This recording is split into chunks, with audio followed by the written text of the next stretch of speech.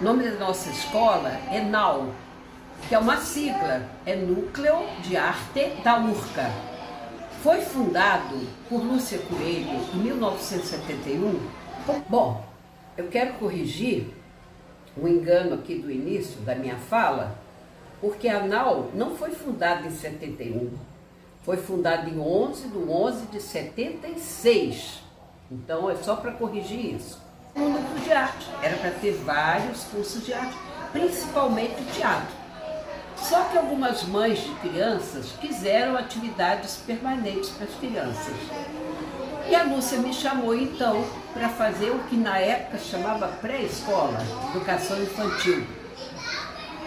E coincidiu que eu tinha recém terminado a faculdade de pedagogia e em meio a tantos conteúdos e tantos enfoques assim que não me interessavam, que eram muito racionais, certinhos, máquina de aprender de Skinner e outras coisas, eu me deparei com um texto da Nise da Silveira. Nise da Silveira dizendo que a pedagogia era fragmentada, por isso formavam pessoas fragmentadas. Ela é junguiana, então ela dizia que, segundo Jung, nós temos pensamento, sentimento, sensação e intuição. E a pedagogia só trabalhava o pensamento. Então, só a arte atingia, inclusive o intuitivo. Pronto, me encantei.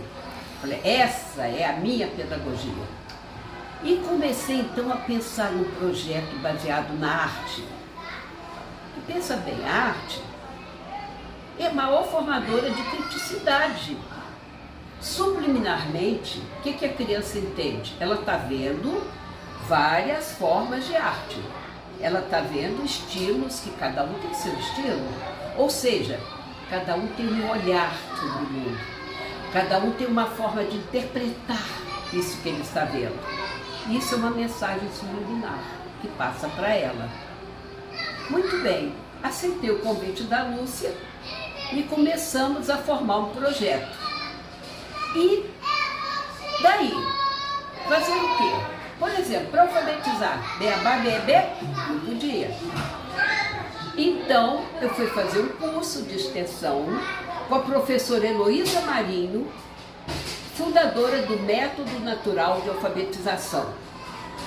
A professora Heloísa Marinho, o método dela, da palavra ação, era palavras significativas para as crianças e de acordo com o seu contexto e interesse. Isso é Paulo Freire, não é, minha gente? É o que Paulo Freire propunha. E ela estava propondo isso para a criança. Pegar uma palavra... Eu me lembro de um texto que eu escrevi uma vez para um encontro de professores, na época do cometa Halley, dizendo que várias escolas, pensando qual seria a primeira palavra que ensinariam a ler. E já determinaram, vai ser esta palavra. A maioria determinou a palavra cometa, porque ia passar o cometa de Halley, acharam que ia ser uma coisa, e não foi. Aquele cometinho que ninguém viu. E uma criança estava interessada. Sabe qual foi a primeira palavra que as crianças aprenderam na NAU naquele ano? Joaninha. Porque uma criança trouxe uma joaninha do sítio, eles se encantaram, pronto, vamos aprender a escrever joaninha e fazer um projeto sobre a joaninha. Então a Heloísa Marinho foi o nosso primeiro chão, com princípios, volto a dizer, como os de Paulo Freire também. Muito bem, mas não podia ser uma aprendizagem mecânica. Aí fomos beber da fonte de Piaget.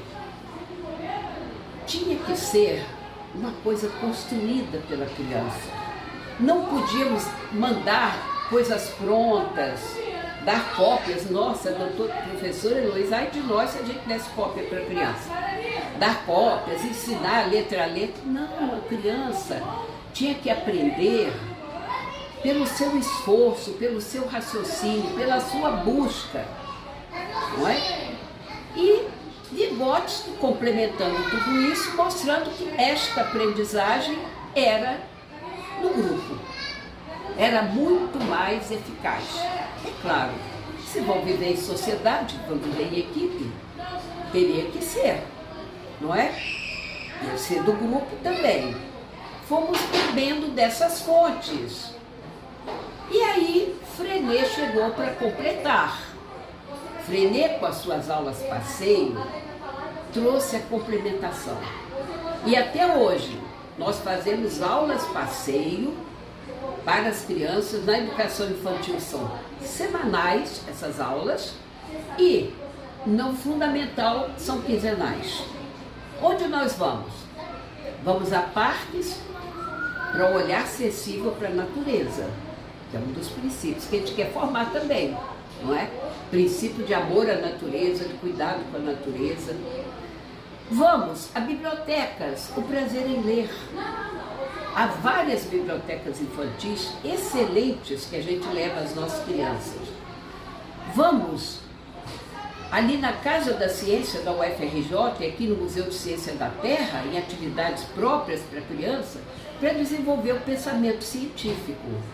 E vamos, principalmente, aos centros culturais e museus para ver a diversidade da arte, formando não só o senso estético e o cultural, mas também, como eu falei, a tecnicidade, não é? Então, esta tem sido a nossa prática. E aí, quando chegou na década de 80, nós descobrimos Emília Ferreiro, com a construção da escrita. A pesquisa que ela fez da construção da escrita. Pronto, fechou. Aí a gente começou a trabalhar com a criança, pensando como se escreve, sendo estimulada a pensar como se escreve. O próprio Piaget, imagina, foi quem orientou a pesquisa de Emília Ferreiro. Quer dizer, muito bem fundamentado. Então, esta é a nossa prática, querendo formar um cidadão crítico, atuante na sociedade, responsável pelo meio ambiente, responsável pelo seu entorno e pela vida do país. E que seja útil e produtivo. A gente tem essa pretensão de formar esse cidadão. E com competências o quê? Competências pessoais, relacionais, competências de aprender a aprender, competências de fazer, que são as 4 competências, né, que foram do Congresso para Educação para o século XXI. Então, são as competências que a gente procura também. Desta forma, de uma forma lúdica, vivencial, contextualizada, agradável para a criança e desafiadora. O que desafia a pensar. Trabalhamos muitos anos com educação infantil, na pandemia expandimos a pedido dos pais, e estamos levando este desafio também para a educação fundamental. É essa a nossa mão.